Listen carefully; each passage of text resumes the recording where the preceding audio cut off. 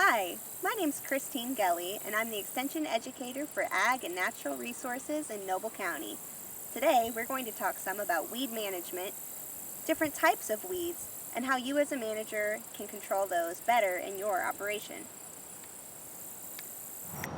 Weed control is a constant management task that needs to be done to have successful pastures for beef cattle. Often, producers will wonder, how did all these weeds get in my pasture? Our interconnected world allows the transportation of many commodities, and unfortunately, with the transport of those commodities, often comes the transport of weeds.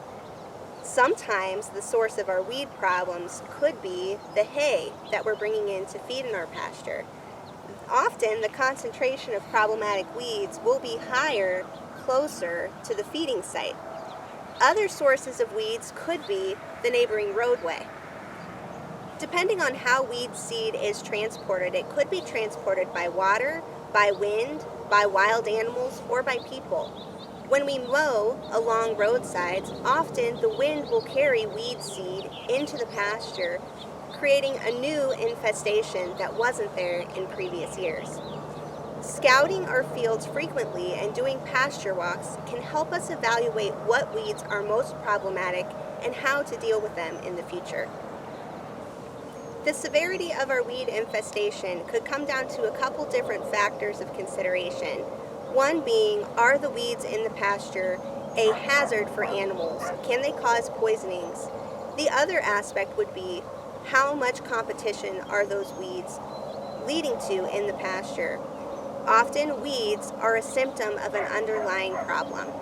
So what we want to do is manage our pastures so that they have good fertility and our desirable grasses have a strong root zone and are able to fill in the pasture and reduce the competition of weeds.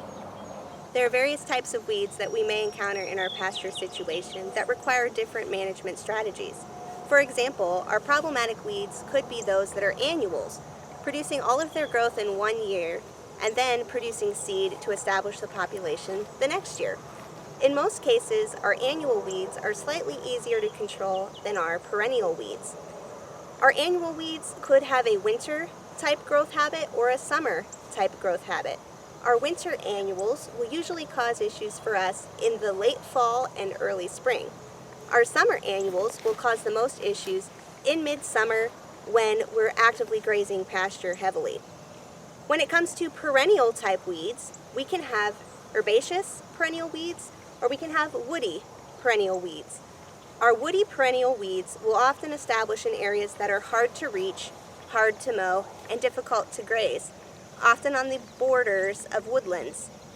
Autumn olive is one that we commonly deal with in southeast Ohio. It requires multiple types of management, including the combination of chemical control, mechanical control, and cultural control.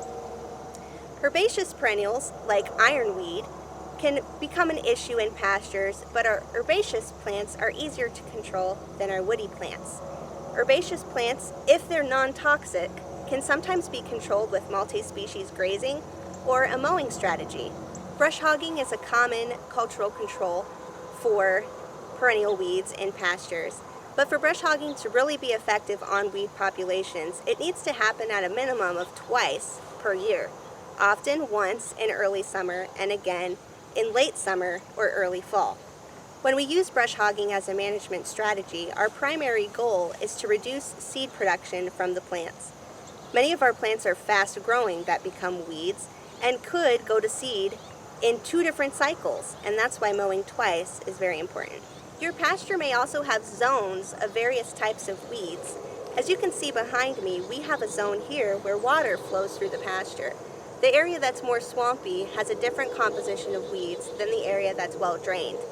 Our swampy type weeds are often a more difficult class of weeds to treat. Often the plants growing in those environments are sedges or rushes.